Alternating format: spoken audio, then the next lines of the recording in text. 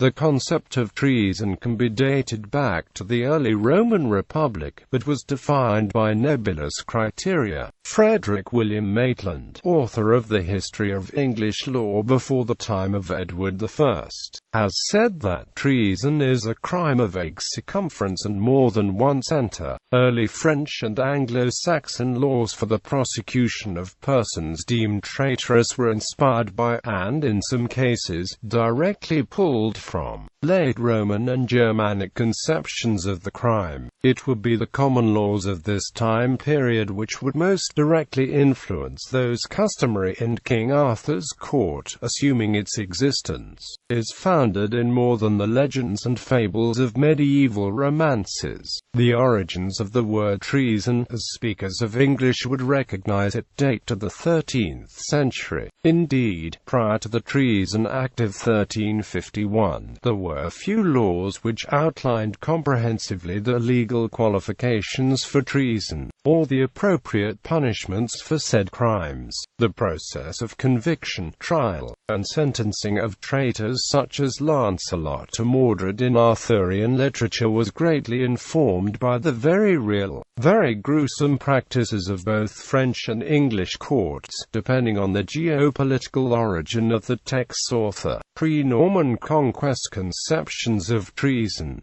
Roman definitions of high treason. While it is difficult to pinpoint precisely where the concept of treason originated, as it presumably is as old as history itself, the earliest legal documents pertaining to it are of Roman writ. Its first Latin manifestation came in the form of podulio, which etymologically stems from the Latin terminology for base enemy, or wicked warfare. Quote, Thomas R. Robinson of the Georgetown Law Journal defines podulio as referring to an enemy to the state, devoid of the virtues of the enemy, openness and frankness, a traitorous enemy from within. Quote, he also writes that it is safe to assert that podulio was, in the beginning, largely an offense against the military power. Quote, while its etymological denotations would imply that podulio was reserved strictly for military offences. Elmer Truesdale Merrill states in cases of treason in the Roman Commonwealth that it is manifestly contradictory of all experience to infer that in the primitive days treason was confined to military offences.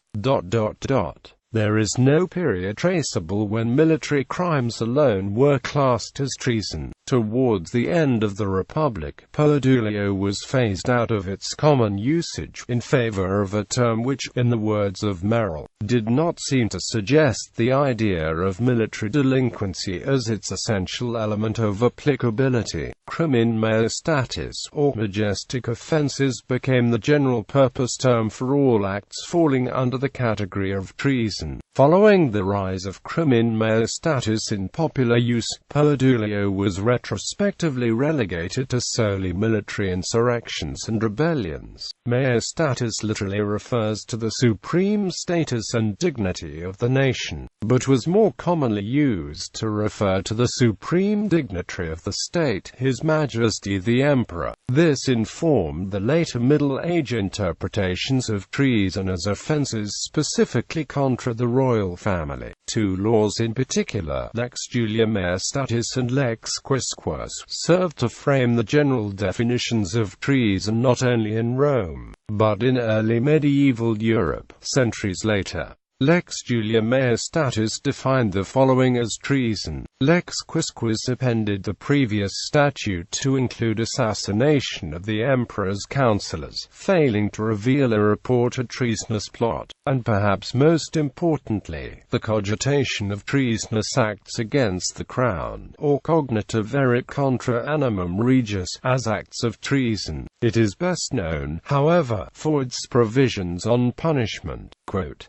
Lex Quisquus most directly influenced early French statutes on treason. but both Lex Julia Maestatis and Lex Quisque were borrowed from heavily in the formation of the English Statute of Treasons of 1352. Germanic definitions of high treason. The British Isles maintained, historically, some level of isolation and autonomy from mainland European powers. While waves of Romanism washed across much of continental Europe, Britain stood resolute. Therefore, the laws of the Anglo-Saxons were affected by this process more slowly than those of most other Germanic peoples. Quote, "Moreover, what Roman influence there was," claims John G. Bellamy in his book, "The Law of Treason in England in the later Middle Ages, may have been conveyed to England through the Church." Quote, "This left her early Anglo-Saxon perceptions of treason to very closely mimic Greater Germanic doctrine, in contrast to the Roman axiom of holding the emperor above all, as a physical embodiment of the dignity of the nation. Pure Germanic treason was defined by loyalty to one's lord, with no special sanctions against hostility directed towards the king." Quote, "In early Germanic cultures, king lived and ruled under the laws of his people." Quote, "The dignity of the state, therefore, would truly mean the dignity of the res publica." Treason consequently took on a very personal definition, in the form of trubruc, or a breach of faith or trust. Ironically, by the fall of the Roman Empire in Europe, circa 500 AD, Britain could no longer withstand bending to Roman influence. Using trubruc to describe treason was falling out of fashion, with laws barring the general violation of strictly royal dignity taking its place. Treason was also, possibly for the first time, being divided into categories of high and petty treason. The Code of Alfred, otherwise known as the Doom Book, was a compilation of Saxon laws written circa 900 AD which differentiated high treason from petty treason as offences committed directly against the king, versus those committed against one's immediate lord. Forgery of national currency was also recognized for the first time as treason, although its classification was fluid, as the severity of the crime was determined by the scope of the act's negative influence.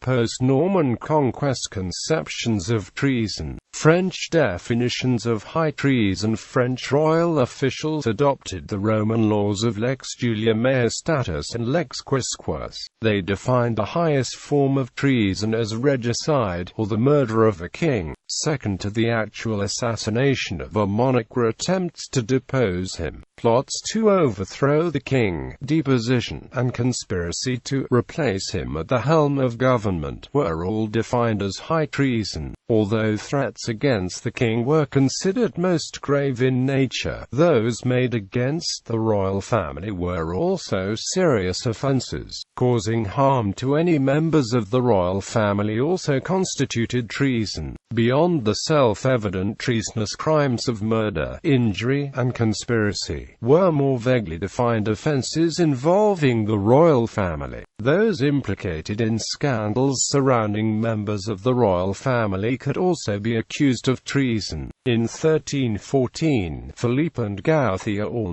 minor nobles of Philippi V's household, were executed as the worst kind of traitors for their adulterous relationships with the king's daughters-in-law. English definitions of high treason. Later medieval definitions of English treason were derived primarily from antiquated Germanic and Roman sources, as in the Roman statute of Lex Quisque. Failing to reveal a treasonous plot was considered, and therefore punished, as complicity in said plot. Also, those suspected of plotting treason would be tried as if said plot had been carried out, and sentenced to the same punishment as one guilty of the actual act. The English also adopted the French concept of casse royale, defining treason as a general violation of royal dignity. through the Magna Carta. However, English kings prevented becoming theocratic monarchs by means of baronic cohesion. Quote, "This meant, at least legally, that barons were provided forum to raise grievances against the crown, in the name of the defense of their own collective rights as barons." Magna Carta was signed in 1215, and was swiftly annulled, but nevertheless had long-lasting implications on English common law. England's first official statute outlining various legal definitions of treason came from the Treason Act of 1351, and subsequent English Statute of Treasons of 1352. Both served to codify a collection of various crimes under a general heading of treason, and provided appropriate, standardized punishments for said offenses. The statute was also impactful through its creation of new types of state trial, designed specifically for alleged traitors. There were typically three parties involved in English treason trials: an actor, or plaintiff, a defendant, and a judge. This three-party construction was considered one of the cardinal rules of English law. In matters of jurisdiction, quote, "In cases of lèse-majesty, or injury committed against the king was automatically considered the plaintiff, and thus could not act as the judge in a treason trial. Instead, a judicial council was selected to determine if the offense in question constituted treason." English treason law also consisted of complex laws concerning the treatment of accessories to treasonous crimes. Until the principal offender in a treason case had been convicted, an accessory of an alleged crime could not be proceeded against. Quote, "If both an accessory and a principal tried to flee, then both would be considered guilty. However, if only the principal attempted to evade arrest, then proceedings against the accessory could not commence until such time as the principal was apprehended."